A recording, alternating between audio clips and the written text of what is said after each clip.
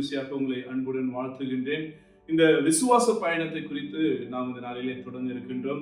அறியாத தேசத்திற்கு ஆபிரகாம் ஐயா மேற்கொண்ட அழகான ஒரு விசுவாச பயணம், Faith Steps into the Unknown என்கின்ற தலைப்பின் கீழாக நாம் சிந்திக்க இருக்கின்றோம். குறிப்பாக இந்த விசுவாச பயணத்தை முதலில் மேற்கொள்கின்ற ஆபிரகாமுடைய வாழ்வை பொறுத்த மட்டிலே ஆபிரகாம், ஈசாக்கு, யாக்கோபு இவர்கள் மூவரும் நம்முடைய விசுவாச வாழ்க்கையின் மூதாதையர்களாக, அதாவது பேட்ரியார்கி என்று அழைக்கப்படுவது இறையல் வட்டத்தில் ரொம்ப காமனான ஒரு டெர்மினாலஜி. அதாவது இவங்க எல்லாரையும் முற்பிதாக்கள், விசுவாசத்தின் முற்பிதாக்கள் என்று சொல்வது இறையல் வட்டத்தில் ரொம்ப யூஸ்ஃபுல்லான ஒரு விஷயம். இந்த முற்பிதாக்களுடைய வாழ்க்கையின் தொடக்கம் ஆபிரகாமுடைய வாழ்விலிருந்து, குறிப்பாக ஆதியாகமம் 12ஆம் அதிகாரத்திலிருந்து நாம் தொடங்குகிறதாக பார்க்கின்றோம். இன்னும் பார்த்தீங்கன்னா விவிலிய ஆசிரியர்கள் ஆதியாகமம் 1ஆம் அதிகாரம் 11ஆம் வசனம் வரை பார்க்கும்பொழுது இதை அவங்க வேறு கண்ணோட்டத்திலும் 12ஆம் அதிகாரத்திலிருந்து தான் வரலாற்று ரீதியான ரீதியான நிகழ்வுகள் அடித்தளப்பட்டிருக்கிறது, அதுல அமைந்திருக்கிறது என்பதை கூறுவது வழக்கமான ஒரு இது. இந்த 11 அதிகாரங்கள் பார்க்கும்பொழுது வேறு வேறு காலகட்டங்களில் வேறு வேறு நிகழ்வுகள் தொகுத்து வழங்கப்பட்டது. படைப்பு வரலாறாக இருக்கலாம், இல்ல பாபேல் கோபுரமாக இருக்கலாம், இல்ல நோவா காலத்து பேரழிவாக, வெள்ளப்பெருக்காக இருக்கலாம். இப்படிப்பட்ட நிகழ்வுகள் வெவ்வேறு காலகட்டங்களில் நிகழ்ந்தவைகள். அவை இந்த 11 அதிகாரம் வரை ஒரு சின்ன தொகுப்பாக கொடுக்கப்பட்டிருக்கிறது. ஆனால் 12ஆம் அதிகாரத்தில் இருந்துதான் இஸ்ராயல் மக்களுடைய அந்த வரலாறு, அவருடைய அந்த வரலாற்றின் தொடக்கமாக பார்க்கப்படுகிறது. முதல் தொடக்கமாக நாம் ஆபிரகாமுடைய வாழ்வையும் அவருடைய அழைப்பை குறித்து இந்த நாளிலே நாம் சிந்திக்க இருக்கின்றோம். இங்கே ஆபிரகாமுடைய அழைப்பு என்பது மிக சவால் நிறைந்த ஒரு அழைப்பாக பார்க்கப்படுகிறது. ஏனென்றால் ஆபிரகாமும் அவருடைய தந்தையும் அவருடைய சகோதரருடைய குடும்பமும் அவருடைய வரலாற்றை நாம் பின்பற்றி பார்ப்போம் என்றால் 11ஆம் அதிகாரத்திலே 26ஆம் வசனத்திலே நாம் பார்ப்போம் என்றால் 25ஆம் வசனத்தை பார்ப்போம் என்றால், தேராகை பெற்ற பின் நாகோர் 119 வருஷம் உயிரோடு இருந்து குமாரனையும் குமார்த்தையும் பெற்றார். தேராகு 70 வயதான போது ஆபிரகாம், நாகோர், ஆரான் என்பவர்களை பெற்றார். தேராகுடைய வம்ச வரலாறு: தேராகு ஆபிரகாம், நாகோர், ஆரான் என்பவர்களை பெற்றார். ஆரான் லோத்தை பெற்றார். ஆரான் தன் ஜன்மபூமியாக ஊர் என்கிற கல்தேய தேசத்தில் பட்டணத்திலே தன் தகப்பனாகிய தேராகு மரிக்கிறதுக்கு முன் மரித்தான். இங்கே அவருடைய ஆபிரகாமுடைய சகோதரனுடைய மரணத்தை குறித்து ஒரு செய்தி கொடுக்கப்படுகிறது. இவர்கள் எந்த பகுதியை சார்ந்தார்கள் என்றால், ஊர் என்கின்ற கல்தேயர் தேசத்து பட்டணத்தில், இட்ஸ் a சிட்டி. அப்போ இவங்க ஒரு சிவிலைசேஷனுக்குள்ள, ஒரு நாகரிகத்துக்குள்ள, எல்லாமே வெல் எஸ்டாப்ளிஷ்ட் ஒரு செட்டில்மெண்ட்ல வாழ்ந்திருக்கக்கூடிய வசதி வாய்ப்புகள் நிறைந்த ஒரு குடும்பமாக இருக்கிறது. ஆபிரகாமை பார்த்த உடனே நாம் அவர் ஒரு நோமேடாக, ஒரு பஞ்சம் பிழைக்கிறவராக நம்ம எண்ணிவிடக்கூடாது. ஆபிரகாமுடைய தொடக்க வாழ்க்கை என்பது எல்லாமே ரொம்ப பெர்ஃபெக்டான ஒரு வாழ்க்கையாக இருக்கிறது. அவருடைய தகப்பனார் தேராக இருக்கலாம், அவருடைய சகோதரர்கள் நாகோரோ ஆரானாக இருக்கும்போதும் இவர்கள் எல்லோரும் கல்தேய தேசத்திலே பட்டணத்திலே மிக மகிழ்ச்சியாக வாழ்ந்து கொண்டிருந்த ஒரு குடும்பமாக இருக்கிறார்கள். அப்படிப்பட்ட ஒரு செட்டில்மெண்ட்ல, ஒரு சிவிலைசேஷன்ல இருக்கக்கூடிய ஆபிரகாமை ஆண்டவர் அழைக்கிறார். இதுதான் மிகப்பெரிய சேலஞ்ச். நம்ம நினைக்கலாம் ஆபிரகாமை கர்த்தர் அழைத்தாரு, அழைத்த உடனே ஆபிரகாம் ஈஸியா வந்துட்டாரு அப்படின்றது. ஆனால் அந்த அழைப்புக்கு ஆபிரகாம் ரெஸ்பாண்ட் பண்றாருங்க. அந்த respond itself is a biggest task for Abraham. ஏன் அப்படி சொல்றேன்னா, தன்னுடைய வாழ்வாதாரம், தன்னுடைய பிறந்திலிருந்து வளர்ந்த சூழ்நிலைகள், தன்னுடைய பாதுகாப்பு, தன்னுடைய கம்ஃபர்ட் ஜோன், அதுதான் ரொம்ப முக்கியமான ஒரு வார்த்தை. அவருடைய கம்ஃபர்ட் ஜோனை விட்டு ஆபிரகாம் வெளியே வருகிறார். யாரை நம்பி வருகிறார் என்றால், தன்னை அழைத்த இறைவரை நம்பி, தேவனை நம்பி ஆபிரகாம் வெளியே வருகிறதாக நாம் பார்க்கின்றோம். உண்மையிலே ஆபிரகாம் அந்த தேசத்தை விட்டு வெளியே வந்து இந்த நோமேட் அப்படின்ற ஒரு கல்ச்சருக்குள்ள போறது ஒரு மிகப்பெரிய ஒரு சேலஞ்சாக நாம் எடுத்துக்கொள்ள வேண்டியதாக இருக்கிறது. ஏன் அப்படி சொல்றேன்னா, இவங்க எல்லாருமே ஒரு செட்டில்மெண்ட்ல இருக்கக்கூடியவங்க, ஒரு நாகரிகத்துல, எஸ்டாப்ளிஷ்டான ஒரு நாகரிகத்துல வாழக்கூடியவங்க. ஆபிரகாமை பிரித்து எடுத்து நீ நாடோடியாக வாழ வேண்டியதாக இருக்கிறது. இஸ்ரவேல் மக்கள் எப்பவுமே சொல்லும்போது அவங்களுக்குன்னு ஒரு விசுவாச அறிக்கை இருக்கிறார். சொல்லும்போது, என் தந்தை அர்மேனியனாகியவன் அலைந்து திரிந்தவனாக இருக்கிறான்னு சொல்லுவாங்க. அப்படின்னா இந்த ஆபிரகாமாக இருக்கலாம், ஈசாக்கா இருக்கலாம், யாக்கோபாக இருக்கலாம், இவர்கள் எல்லோரும் வரலாற்றிலே அலைந்து திரிந்தவர்கள் தான். எங்கெல்லாம் நதி ஓடுகிறதோ நதி ஓரமாக தங்கள் மேய்ச்சல்களை தங்கள் ஆடு மாடுகளை மேய்த்து கொண்டு போவாங்க, கூடாரத்துல தங்கியிருப்பாங்க, அங்க விவசாயம் பண்ணுவாங்க. அது அறுத்த பிறகு வேறு ஒரு இடத்துக்கு அப்படியே போயிட்டே இருப்பாங்க. தங்களுக்கான ஒரு இடம் என்பது நிரந்தர குடியேற்றவர்களாக வாழ்ந்து கொண்டிருக்கிறார்கள். ஏன்னா கடவுள் இப்படிப்பட்ட ஒரு வாழ்க்கையை வாழ வேண்டும் என்பதுதான் ஆபிரகாமுக்கு கொடுத்த மிகப்பெரிய அழைப்பாக இருக்கிறது. நம்ம ஆசீர்வாதம் நினைச்ச உடனே நம்ம என்ன நினைக்கிறோம்னா, ஒரு பெரிய பங்களாவோட ஒரு பெரிய வாழ்க்கை, ஒரு ராஜாவை போன்ற ஒரு வாழ்க்கையை கடவுள் கொடுப்பாருன்ட்டு. ஆனால் ஆபிரகாமை ஆண்டவர் ஆசீர்வதிப்பேன்னு சொன்னது எந்த வழி ஆசீர்வாதம் என்றால், இந்த நோமேட் அலைந்து திரிகிற வாழ்க்கையில், நிரந்தர குடியேற்ற ஒரு வாழ்க்கையில் தான் அந்த ஆசீர்வாதத்தை ஆண்டவர் ஆபிரகாமுக்கு கொடுத்தார் என்பதை இந்த இரவெளியிலே நம்ம புரிந்து கொள்ள வேண்டியதாக இருக்கிறது. 12ஆம் அதிகாரம் முதல் வசனம் இப்படியாக சொல்லுகிறது, கர்த்தர் ஆபிரகாமை நோக்கி, நீ உன் தேசத்தையும் உன் இனத்தையும் உன் தகப்பனுடைய வீட்டையும் விட்டு புறப்பட்டு நான் உனக்கு காண்பிக்கும் தேசத்துக்கு போ. The call, request, leave. ஆண்டவர் கொடுக்கக்கூடிய இந்த அழைப்பு எல்லாவற்றையும் விட்டு விட்டு வர சொல்லுகின்ற ஒரு அழைப்பாக இருக்கிறது. அப்போ என்னெல்லாம் விட சொல்லியிருக்கிறார் நீங்க யோசித்து பாருங்க. முதல்ல நாட்டை விட்டு வா அப்படின்றாரு. அப்படின்னா இந்த நாடு என்பது அவருக்கு ஒரு பாதுகாப்பு, ஒரு செக்யூரிட்டி, ஒரு நாகரிகம். அப்படின்னா அவங்களுக்குள்ள ஒரு அந்த சிட்டிக்குள்ள ஒரு மதில் சுவர் வந்திருக்கும், அதுக்கு ஒரு பாதுகாப்பு இருக்கும். இப்படி அந்த செக்யூரிட்டியை விட்டு வெளியே வர சொல்லி ஆண்டவர் அழைத்திருக்கிறார். அடுத்தது உன் ஜனத்தை விட்டு. ஜனம் என்பது ஒரு ஐடென்டிட்டி. இன்னைக்கும் மக்களுக்கு இந்த ஜனம், நான் அவங்க சொந்தக்காரங்க, நான் இந்த ஊருக்காரன், நான் அந்த இடத்துக்காரன் அப்படின்னு சொல்றது எனக்கான அடையாளத்தை தேடுவதுதான். அப்போ மக்கள் பொதுவா சொல்லுவாங்க, ஐயா நான் அவருடைய சொந்தங்கய்யா, நான் இவருடைய சொந்தையா, நான் இந்த ஊரையா, இந்த ஊர்ல இந்த நகரையா, இந்த பகுதியா, இந்த கிராமையா, இதுதான் என்னுடைய பூர்வீகம் அப்படின்னு சொல்லும் போது they want to create or they want to establish their identity. தனக்கான ஒரு அடையாளத்தை காட்டிக் கொள்வதுதான் இவருடைய நோக்கமா இருக்கு. இன்னைக்கு கிறிஸ்தவன் கிட்ட இந்த ஐடென்டிட்டியை காட்டுவது ரொம்ப அழகான காரியமாக இருக்கிறது. ஆனால் உண்மையான கிறிஸ்தவர் தன்னுடைய ஐடென்டிட்டியை என்னைக்குமே அதை மறந்து அதை ஒதுக்கி வைக்கிறவங்க உண்மையான கிறிஸ்தவர்களாக இருக்கிறார்கள். ஏனென்றால் கிறிஸ்டியானிட்டி இஸ் an ஐடென்டிட்டி. கிறிஸ்தவமே ஒரு அடையாளமாக இருக்கிறது. நான் எந்த ஊரு, எந்த இனம், எந்த மொழி, எந்த சாதி, என்ன மொழி பேசுறவன், இதெல்லாம் காட்டிலும் நான் கிறிஸ்தவன் என்பதுதான் எனக்கான அடையாளமாக இருக்கிறது. ஆனா இன்னைக்கு கிறிஸ்தவத்திலே டினாமினேஷன் வைஸாக கிறிஸ்தவர்கள், இடத்துக்கு தக்கதாக டாக்டரின்ஸ் பேஸ்டான கிறிஸ்டியானிட்டி அப்படின்னு பிளவுகள் இருக்கிறது. ஆனால் இயேசுவை ஏற்றுக்கொள்கிறவர்கள், ஆண்டவருடைய அழைப்புக்கு கீழ்ப்படுகிறவர்கள் யாராக இருக்கணும் என்றால், எனக்கு இந்த ஐடென்டிட்டி வேண்டாம், எனக்கு இந்த அடையாளத்தை மறுப்பவர்கள் தான் உண்மையான அழைப்புக்கு கீழ்ப்படியவர்களாக இருக்கிறார். அப்படிதான் ஆபிரகாம் தன்னுடைய பாதுகாப்பை தூர எறிகிறார். இரண்டாவது தன்னுடைய ஐடென்டிட்டி, தன்னுடைய அடையாளத்தை தூர எறிகிறார். மூன்றாவது தன்னுடைய இன்ஹெரிட்டன்ஸ். உன் தகப்பனுடைய வீடு அப்படின்றது என்னன்னா, அவன் தகப்பன் சேர்த்து வைத்திருக்கிற ஆஸ்தி, சொத்து, நிலம், இவை எல்லாமே ஆபிரகாமுக்கு வர வேண்டியவைகள். இவைகள் எல்லாவற்றையும் விட்டு வா அப்படின்னும் போது உன்னுடைய இன்ஹெரிட்டன்ஸ், உனக்கானவைகளையும் நீ தூக்கி போட்டு வா அப்படின்னு சொல்றாரு.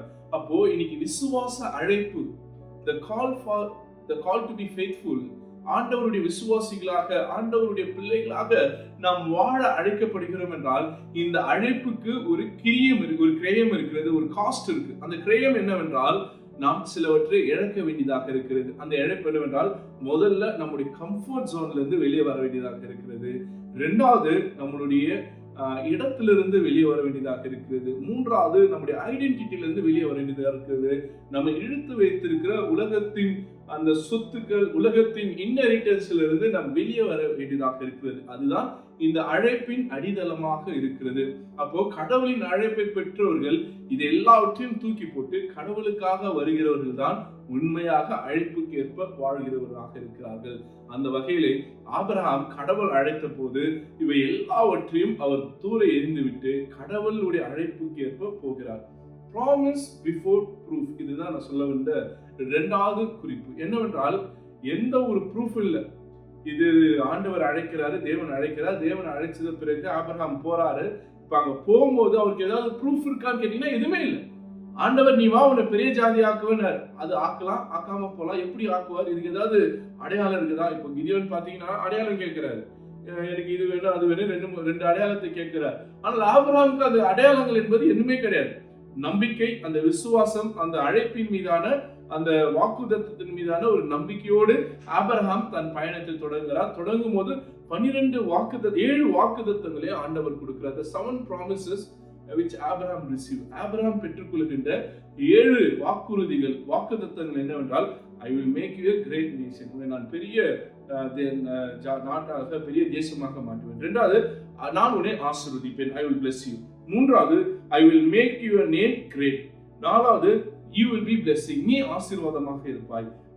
ஐந்தாவது, I will bless those who bless you. உன்னை ஆசீர்வதிப்பவர்களை நான் ஆசீர்வதிப்பேன். ஆறாவது, I will curse those who curse you. உன்னை சபிக்கிறவர்களை நான் சபிப்பேன். ஏழாவது, all nations will be blessed through you. அப்ப இந்த 7 ஆசீர்வாதங்களை வாக்குத்தத்தமாக ஆபிரகாமுக்கு கொடுக்கிறார். ரைட், இது நடக்குமா அப்படின்னு கேட்டீங்கன்னா ஆபிரகாமுக்கு தெரியாது. ஆனால் அவர் நம்புகின்றார், தேவன் என் வாழ்க்கையில் இதை செய்வார் என்று அந்த ஒரு விசுவாசத்தோடு தன்னுடைய பயணத்தை அவர் மேற்கொள்கின்றார். அப்போ இன்னைக்கு 3வது குறிப்பு, அதுதான் நான் உங்களிடத்திலே பகிர்ந்து கொள்ள ஆசைப்படுகிறேன். obedience without explanation. ஆண்டவர் சொன்னாரு, ஆண்டவர் பெருசா எக்ஸ்பிளனேஷன் எல்லாம் கொடுக்க மாட்டார். நீ போ அப்படின்றாரு. இப்ப போனும் போது எங்க போனாரா? இல்ல. மேப் ஏதாவது கொடுத்தாரா? நீ இந்த வழியா போனோம், இங்க போனோம், இங்க செட்டில் ஆகணும், மம்ரோல உன் மனைவி இறந்து போவோம், அங்க ஒரு கல்லறை வாங்கணும், உன் பிள்ளை நீங்க பலி கொடுக்க இந்த மலைக்கு கூட்டிட்டு வரணும், உன் மகனுக்கு பெண் எடுக்க அந்த இடத்துக்கு போனோம். எந்த மேப்புமே ஆபிரகாமுக்கு கொடுக்கப்படவில்லை. ஆனாலும் ஆபிரகாம் ஆண்டவருடைய அழைப்புக்கு கீழ்ப்படுகிறதாக இருக்கிறது. The obedience without any explanation. ஆண்டவர் எதுவுமே விவரிக்காமல் கூறும்போதே அப்படியே ஆண்டவரை நம்புகிறது தான் உண்மையான அழைப்புக்கு கீழ்ப்படிதல். உண்மையான தேவச்சனமே, இன்னைக்கும் நாம் கீழ்ப்படுகிறவர்களாக ஆண்டவருடைய பிள்ளைகளாக இருக்கிறோம். நாம் எதை ஆண்டவரிடத்தில் எதிர்பார்க்கிறோம்? What we want from God. எனக்கு இந்த கூகுள் மேப் மாதிரி இந்த கிளியரான ஒரு பிக்சர் வேணும்.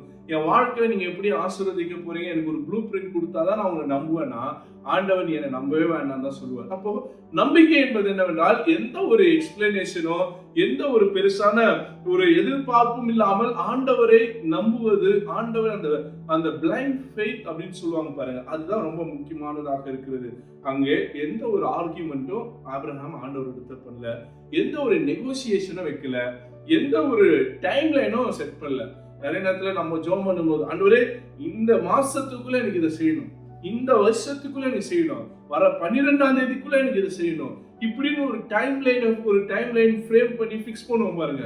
இதெல்லாமே ஆபிரகாம் அங்க செய்யல. ஆண்டவர் எப்போ ஆசீர்வதிக்கிறாரோ, ஆண்டவர் எப்போ தன்னை வழிகாட்டுகிறாரோ, அப்பொழுது நான் இவைகளை செய்வேன் என்று ஆண்டவருக்கு தன்னை முழுமையாக ஒப்பு கொடுத்து கீழ்ப்படிவதுதான் ஆபிரகாமுக்கு மிகப்பெரிய ஆசீர்வாதமாக மாறி இருக்கிறதாக நாம் புரிந்து கொள்கின்றோம். obedience without explanation. அதுதான் 4ஆம் வசனம் நமக்கு கற்றுத்தருகிறது. கர்த்தர் ஆபிரகாமுக்கு சொன்னபடியே அவன் புறப்பட்டு போனான், லோத்தும் அவனோடு கூட போனான். ஆபிரகாம் ஆரானை விட்டு புறப்பட்ட பொழுது 75 வயதுள்ளவனா இருந்தார். 75 years old man. ஆண்டவர் சொன்னதை அப்படியே கீழ்ப்படிந்து போகிறார். இன்னைக்கு ஆண்டவர் கிறிஸ்துவுக்குள் இருக்கின்ற நாம் அப்படியாக முழுமையான கீழ்ப்படியலை நாம் வைக்கிறோமா? நாம் அந்த கீழ்ப்படியிலே வெளிப்படுத்துகிறோமா என்பது மிகப்பெரிய கேள்வியாக இருக்கிறது. அடுத்ததாக ஆதியாகமம் 12ஆம் அதிகாரம் 7ஆம் வசனத்திலிருந்து 8ஆம் வசனம் வரை நம்ம வாசிப்போம் என்றால், கர்த்தர் ஆபிரகாமுக்கு தரிசனமாகி, உன் சந்நிதிக்கு இந்த தேசத்தை கொடுப்பேன் என்றார். அப்பொழுது அவன் தனக்கு தரிசனமான கர்த்தருக்கு அங்கே ஒரு பலிபீடத்தை கட்டினான். பின்பு அவன் அவிடம் விட்டு பெயர்ந்து பெத்தேலுக்கு கிழக்கு இருக்கும் மலைக்கு போய், பெத்தேல் தனக்கு மேற்காகவும் ஆயி கிழக்காகவும் இருக்க கூடார் போட்டு அங்கே கர்த்தருக்கு ஒரு பலிபீடத்தை கட்டி கர்த்தருடைய நாமத்தை தொழுது கொண்டான். இங்கே நீங்களும் நானும் புரிந்து கொள்ள வேண்டிய மிகப்பெரிய ஒரு உண்மை ஒன்று ஒளிந்திருக்கிறது. கர்த்தர் ஆபிரகாமை ஆசீர்வதிப்பேன்னு தான் சொன்னாரு. ஆசீர்வதிச்சாருன்னா இதுவரையில எந்த ஆசீர்வாதமும் ஆபிரகாம் பெற்றுக்கொள்ளல. ஆனால் எந்த ஆசீர்வாதமும் பெற்றுக்கொள்ளாத ஆபிரகாம் கர்த்தருக்கு 2 பலிபீடத்தை கட்டி வைக்கிறார். கட்டுனது மட்டுமல்ல, கர்த்தரை தொழுது கொள்கின்றார். சில நேரங்கள ஆண்டவரே, நீர் எனக்கு இதை செஞ்சா நான் உம்மை ஆராதிப்பேன், நான் சர்ச்சுக்கு வருவேன், நான் இதை பண்ணுவேன், நான் அதை பண்ணுவேன்னு, நீர் எனக்கு இதை தந்தால் நான் இதை செய்வேன்னு ஒரு டீல் போட்டு நம்ம ஆண்டவரிடத்துல உரையாடி கொண்டிருக்கின்றோம். ஆனால் ஆபிரகாம் கர்த்தர் கொடுத்த வாக்குத்தத்தத்தை நம்பி அவர் ஆசீர்வதிக்கல, அதெல்லாம் தனக்கு 2வது பட்சமாக வைத்து கர்த்தரை தொழுது கொள்கின்றார். கர்த்தருக்கான பலிபீடங்களை, altar among the along the journey. Altar along the journey என்பது ரொம்ப முக்கியமான ஒரு குறிப்பு. ஏனென்றால் எங்கெல்லாம் அவர் பயணப்படுகிறாரோ, எங்கெல்லாம் தன்னுடைய பயணங்களை மேற்கொள்கின்றாரோ, அந்த இடத்திலே கடவுளை ஆராதிக்கிறார், கடவுளை தொழுது கொள்கின்றார். இன்னைக்கு நாம் கடவுளை அப்படி தொழுது கொண்டிருக்கிறோமா? கடவுளை நாம் அப்படி ஆராதிக்கிறோமா? whether we worship God everywhere where we move. நாம் எங்கெல்லாம் போறோம், எங்கெல்லாம் நம்ம வருகின்றோம், எங்கெல்லாம் நாம் வாழ்கின்றோம், எங்கெல்லாம் நம் இடத்தை நாம் சுதந்திரித்துக் கொள்கிறோமோ அந்த இடத்திலே கர்த்தரை நாம் தொழுது கொள்கிறோமா என்பது மிகப்பெரிய கேள்வியாக இருக்கிறது. நம் வேலைத்தளத்திலே, நம் வேலை சில இடங்களிலே கர்த்தரை தொழுது கொள்கிறவர்களாக, கர்த்தரை அடையாளப்படுத்துகிறவர்களாக இருக்கிறோமா? ஆண்டவருடைய பிள்ளைன்னு சொல்றதே நிறைய நேரத்துல நம்ம கொஞ்சம் அவமானமா ஃபீல் பண்ணி நம்முடைய ஐடென்டிட்டி கிறிஸ்டியன் என்ற அந்த ஐடென்டிட்டியை கூட காட்டக்கூடியாத மக்கள் இன்னைக்கு கிறிஸ்தவத்துல இருந்து கொண்டுதான் இருக்கிறார்கள். இவர்களுக்கு மத்தியிலே எந்த ஒரு எதிர்பார்ப்பும் இல்லாமல் கடவுளுடைய அழைப்பு கீழ்ப்படிந்த ஆபிரகாம் கடவுள் எங்கெல்லாம் போக சொல்றாரோ அந்த பயணங்களின் ஊடாக அவர் பலிப்பீடங்களை கட்டிக்கொண்டு கடவுளை தொழுது கொண்டு வருகிறார். அழகான ஒரு குணாதிசயம், ஒரு கேரக்டர் ஆபிரகாமிடத்திலிருந்து நாம் கற்றுக்கொள்ள வேண்டியதாக இருக்கிறது.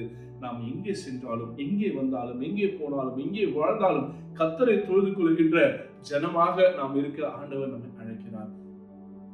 நான் நிறைவு செய்ய ஆசைப்படுகின்றேன், நேரம் அதிகமாகிவிட்டது. பொதுவாகவே இந்த லென்டன் மெடிடேஷன்ல நாம் செய்யற ரொம்ப அழகான ஒரு காரியம், அந்த சால்வேஷனுடைய ப்ராசஸ், மீட்பின் திட்டத்தை நம்ம புரிந்து கொள்ள முயற்சி செய்கிறது. ஆபிரகாம் வழியாக தான் மீட்பின் திட்டமே தொடங்குகிறது. ஏனென்றால் கிறிஸ்டாலஜில அந்த கிறிஸ்துவுடைய பேர் பட்டியலை பார்க்கும்போது ஆபிரகாம்ல இருந்தா மத்தேயு தொடங்கி இருப்பார், ரைட்?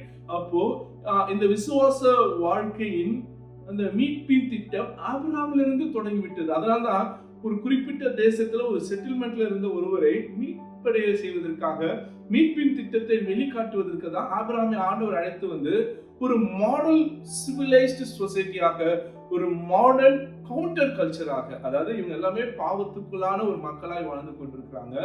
இந்த மக்கள் இருந்து ஆபிரகாமையும் அவருடைய இனத்தையும் பிரித்தெடுத்து வந்து உலகத்துக்கு ஒரு மாடல் சொசைட்டியாக, ஒரு மாதிரி சமுதாயமாக, ஒரு கவுண்டர் கல்ச்சரை, ஒரு மாற்று கலாச்சாரத்தை கொண்டு ஒரு ஜனமாக ஏற்படுத்துவதுதான் இந்த மீட்பின் திட்டமாக இருக்கிறது.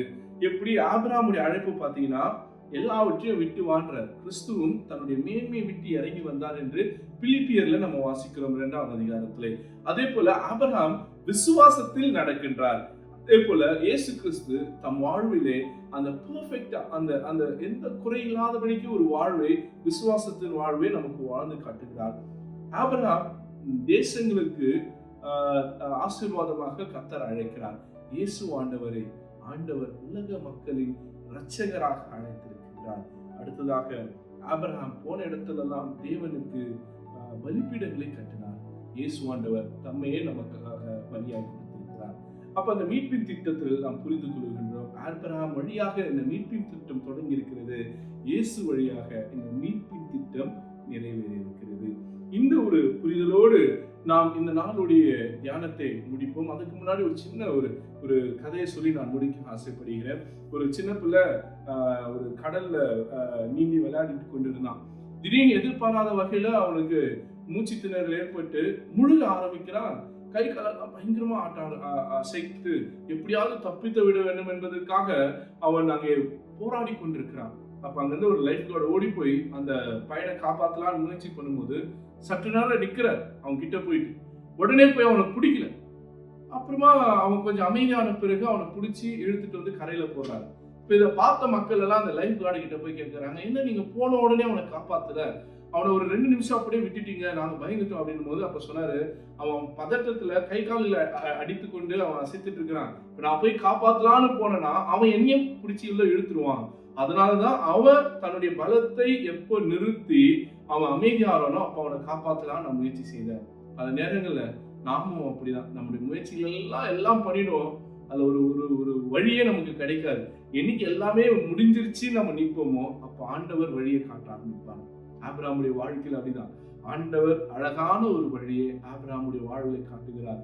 அங்கே தொடங்குகின்ற விசுவாச பயணம் இன்றைக்கு நம்மிடத்தில் வந்து நிற்கிறது.